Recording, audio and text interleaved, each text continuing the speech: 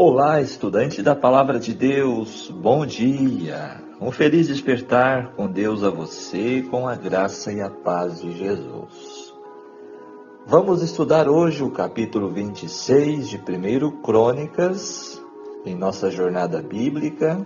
O tema de hoje, neste capítulo, na obra de Deus, há trabalho para todos. Quais têm sido os seus propósitos nesta vida? Quais são os teus ideais, os teus projetos, os teus sonhos? Como você tem demonstrado o seu reconhecimento a Deus por tudo que Ele fez e faz e ainda pode fazer em sua vida? Vivendo uma vida egoísta, buscando apenas os próprios interesses, ou buscando servir a Deus de forma dedicada em ser um colaborador na obra de Deus segundo os seus dons e talentos? Qual dessas duas opções você tem optado? No capítulo de hoje, vamos perceber que o serviço do templo requeria várias responsabilidades e funções diferentes. E por isso o rei Davi organizou cada detalhe e também separou líderes de maneira incrível. 1 Crônicas 26 foca na organização dos porteiros, tesoureiros, oficiais e também juízes no templo, no reinado de Davi, destacando assim que todas as funções, todas as tarefas, desde as mais simples, como a de um porteiro, até as mais complexas, como a de juiz, são importantes para Deus. Requer homens valorosos, valentes, capazes, corajosos, e que a prioridade é sempre Deus e seus objetivos, a sua vontade, antes dos negócios do rei ou de qualquer outro líder, ensinando assim lições sobre fé, serviço e a importância de cada função para a ordem e espiritualidade do reino. Essa é a introdução em nosso estudo do capítulo 26. Lembrando, é muito importante que você faça sua leitura na Bíblia completa e depois, então, você tem neste estudo, aqui neste canal, a opção de enriquecer o conhecimento e também abranger, expandir a compreensão neste capítulo. Em cada capítulo que a gente tem estudado, né? Estamos estudando do começo ao fim, capítulo a capítulo. E também você tem duas opções. Você tem neste canal do YouTube o estudo em áudio. E temos a opção para você ler. Se você prefere ler, você pode então ir ao blog da Jornada Bíblica. Eu sempre compartilho aqui nos comentários o link do blog para você ter esse estudo em texto, ok?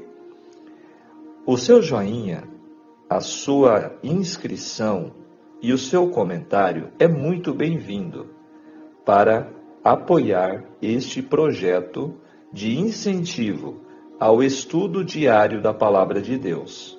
Então, dá essa força para este projeto, este canal da Jornada Bíblica. Deixe o seu joinha, inscreva-se se você ainda não é inscrito e também deixe o seu comentário.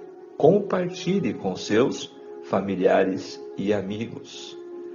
Nesta jornada bíblica, você tem uma proposta de estudo diferenciado da Palavra de Deus. É um capítulo ao dia e um estudo mais profundo, mais detalhado. Vamos para os comentários dos versículos do capítulo 26 agora. Aqui nós encontramos então uma lista de porteiros no período de Davi e no pós-exílico. Aí nós vamos encontrar em Esdras capítulo 2 e Neemias capítulo 7. Lembrando que este livro de crônicas foi escrito pós-exílio, né? Depois que eles tinham voltado de Babilônia. Verso 1, nós encontramos aqui 4.000 porteiros, cujo dever era abrir e fechar os portões do templo, agir como guardas contra intrusos, ajudar a encorajar os adoradores, impedir os imundos de entrarem nos recintos sagrados. Estavam encarregados dos vasos sagrados e das ofertas voluntárias. Habitavam nas câmaras ao redor do templo. Olha só, eles moravam ali, ao redor, em locais específicos e separados. Eram levitas e vinham das vilas levíticas cada 7 dias para servirem nos seus turnos. Era um trabalho honroso, assim como o dos cantores e também abaixo dos sacerdotes, que eram os cargos elevados, mas cada um tinha o seu valor. Os porteiros podemos considerar hoje como sendo o diácono na igreja, um trabalho muito importante. Aqui também descreve Asaf. Este não é o Asaf músico, tá? Agora encontramos inúmeros filhos nos versos 4 e 5, aqui também como sinal da bênção de Deus. Lá no caso do capítulo anterior, como Emã. Assim Obed-edom, citado aqui como porteiro, teve também muitos filhos, como sinal da bênção de Deus. Este Obed é aquele que cuidou da arca por 3 meses e Deus abençoou grandemente a sua família e a sua casa. Isso nos ensina, amigo ouvinte da Palavra de Deus, que a coisa mais importante, o alvo mais elevado na vida de alguém é a presença de Deus na sua vida e na sua família. Versos 6 a 9, o filho mais velho de Obed-edom chamava-se Semaías e deu início a um subclã de porteiros.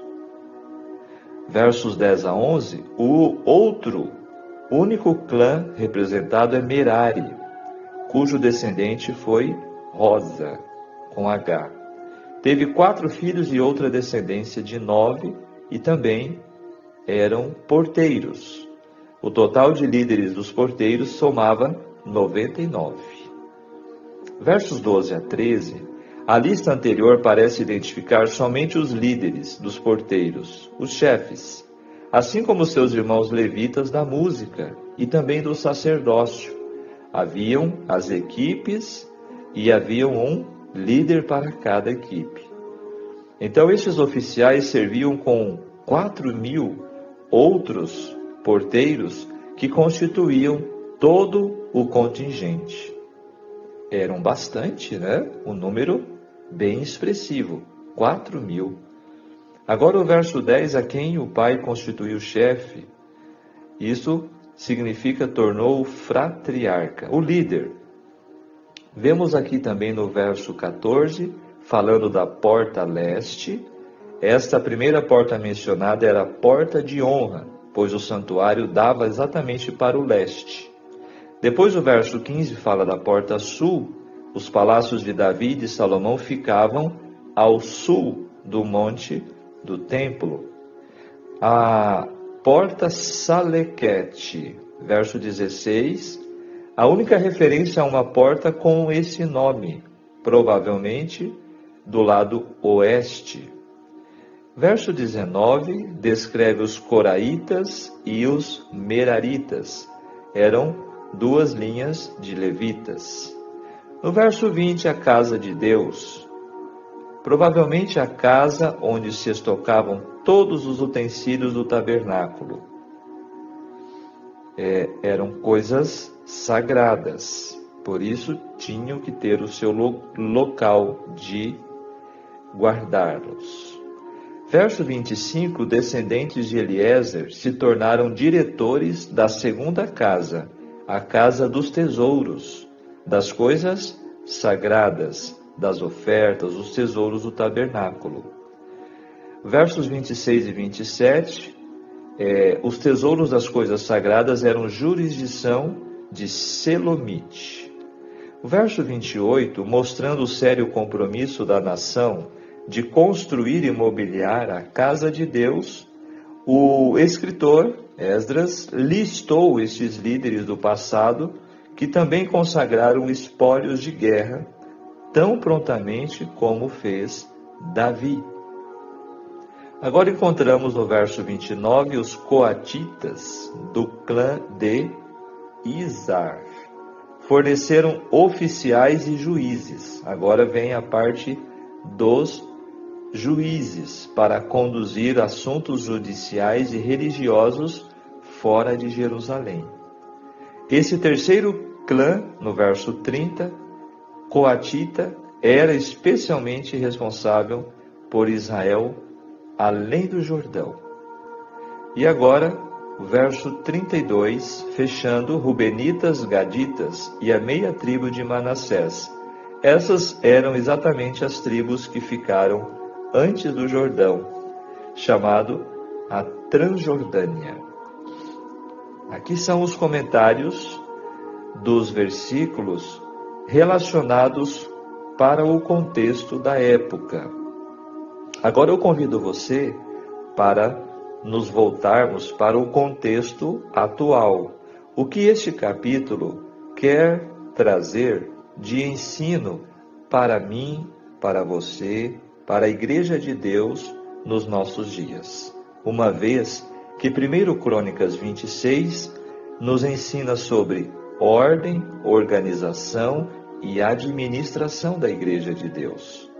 Isso nos chama a atenção que devemos ser zelosos, reverentes e respeitosos pelas coisas de Deus aqui neste mundo.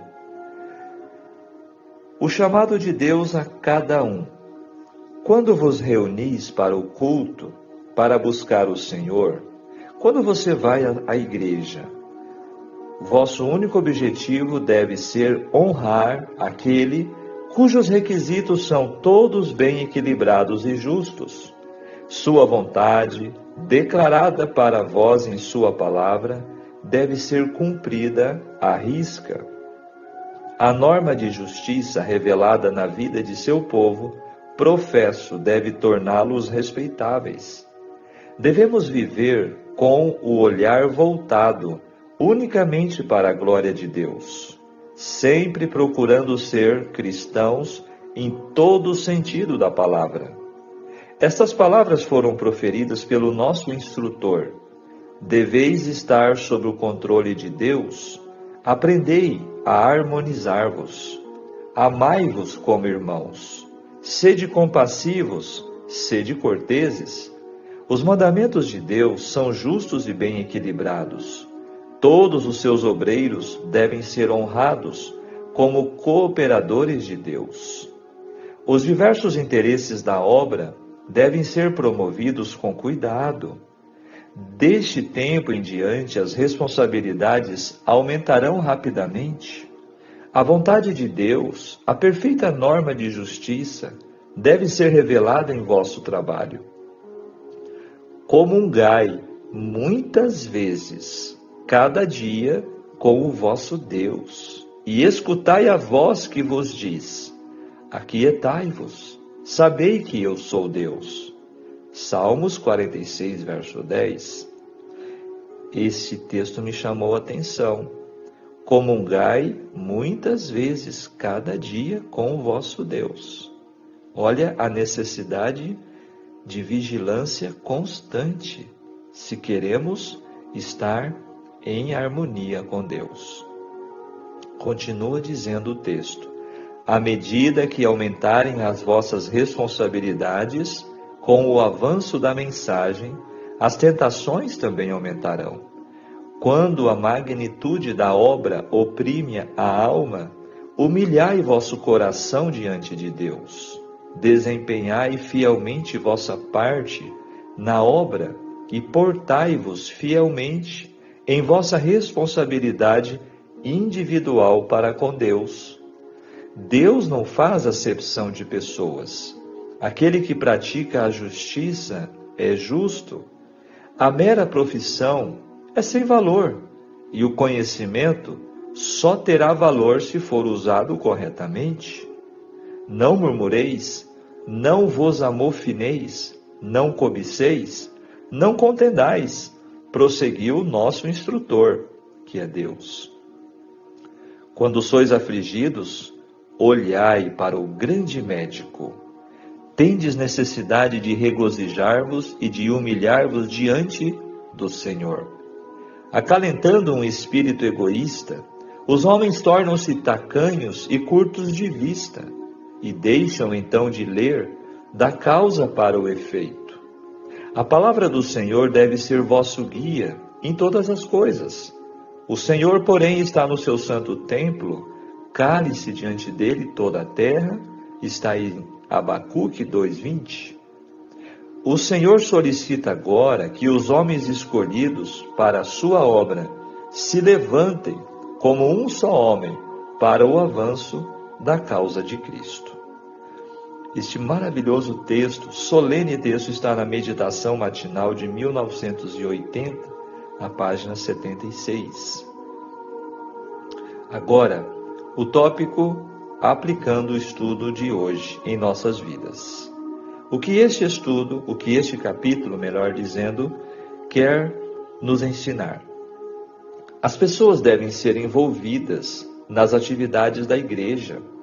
Veteranos, nem novatos, devem ser deixados de lado nas funções eclesiásticas.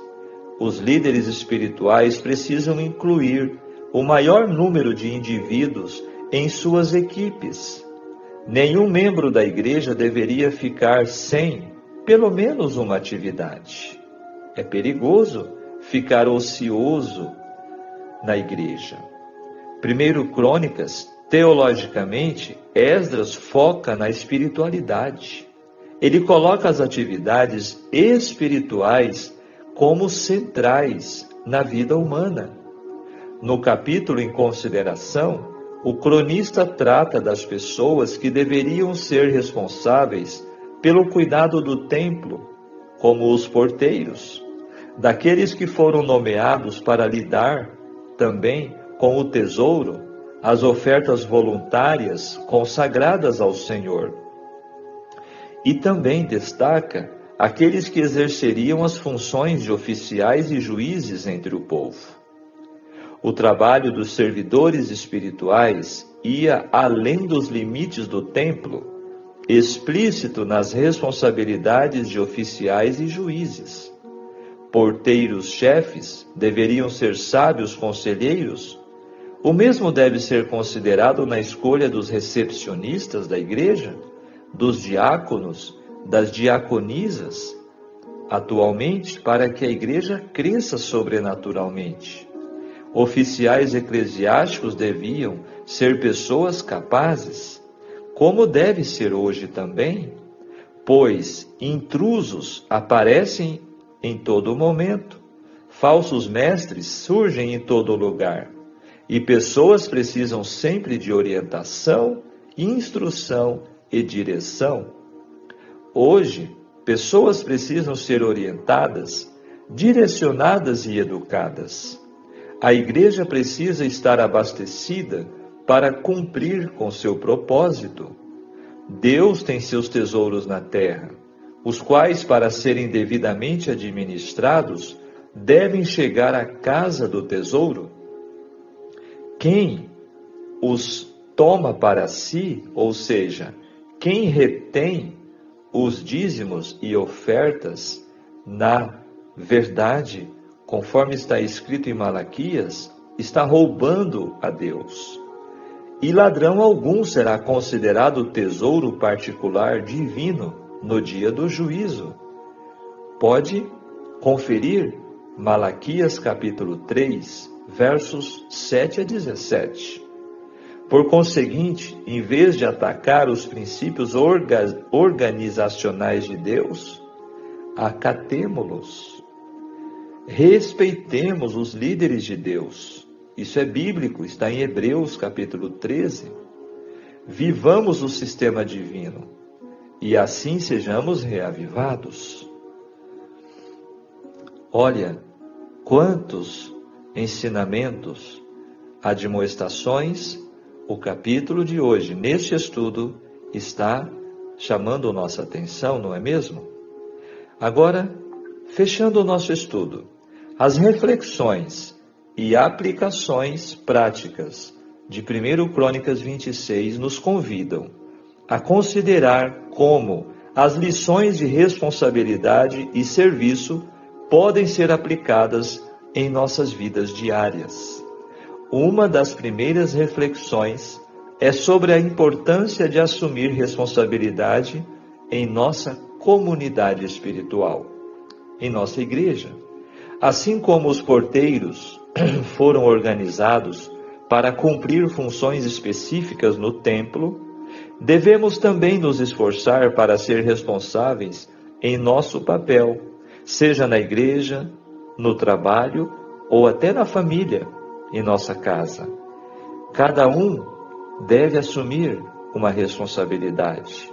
Isso pode significar ser proativo em nossas tarefas, em garantir que estamos contribuindo para o bem-estar do grupo, da comunidade. Olha que importante. Outra aplicação prática que encontramos neste capítulo é a dedicação ao serviço de Deus. A atitude dos porteiros em servir com diligência, comprometimento, nos inspira a abordar nossas próprias responsabilidades com seriedade. Devemos refletir sobre como estamos servindo em nossas vidas e se estamos fazendo isso com alegria e excelência. Isso pode envolver encontrar maneiras de servir que nos tragam satisfação e alegria, e lembrarmos que o serviço de Deus aos outros, o serviço a Deus e aos outros é uma honra e não é um fardo, deve ser um prazer. A colaboração, portanto, o trabalho em equipe, evidenciados na diversidade de funções dos porteiros, nos lembram que a verdadeira força de uma comunidade está na união e no reconhecimento das contribuições de cada um, de cada membro da igreja. Ao refletirmos sobre essas lições, aqui destacadas neste capítulo, através do estudo da jornada, somos inspirados a viver de forma que honremos a Deus, a cultivar um espírito de serviço e a contribuir ativamente para o avanço da obra de Deus nesta terra. Vigiemos e oremos. Amém? Olha que lições, que maravilhosas instruções recebemos no estudo de hoje. O pensamento do dia para você refletir. De tudo que você decidiu dedicar ao Senhor, a prioridade é você. Amém. E também o pensamento aqui é de conclusão. Quando você se dispõe para a obra de Deus, naturalmente o Espírito Santo supre todas as suas necessidades. Amém? Você crê nisto? Eu creio. Espero que você também. E que Deus nos abençoe. que as lições que recebemos agora, neste capítulo e neste estudo, possam surtir efeito nas nossas vidas. Que você e eu não sejamos ociosos, que não cruzemos os braços, mas que possamos, com alegria, com satisfação, assumir a nossa parte, cada um com seus dons, com seus talentos, se dedicar para o avanço da obra de Deus nesta terra, para que em breve Jesus volte e estabeleça então o seu reino eterno aqui em uma terra renovada. Vamos orar para isto? Pai nosso que estás nos céus, santificado seja teu nome. Graças te damos, Pai, pelo cuidado, pela proteção, pela sua misericórdia que se renova a cada manhã. Obrigado, Senhor, por este encontro contigo em sua palavra, por podermos ouvir a sua voz, os seus conselhos, as suas orientações vindas ao nosso encontro através de cada capítulo da Bíblia. Senhor, abençoe cada pessoa que está separando este tempo de comunhão contigo.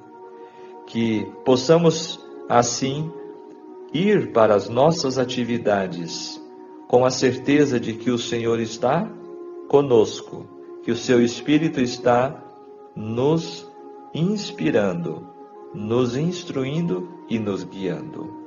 Eu te peço com perdão de nossos pecados em nome de Jesus. Amém. Muito bem, fechamos mais um capítulo, mais um passo em nossa jornada. Que Deus esteja com você, um bom dia, que a graça e a paz de Jesus esteja com você. Você ainda não deixou o like? Não esqueça, deixe o seu joinha. Você ainda não é inscrito? Inscreva-se. Faça parte do nosso canal da Jornada Bíblica Despertar com Deus. Um grande abraço. Tchau, tchau.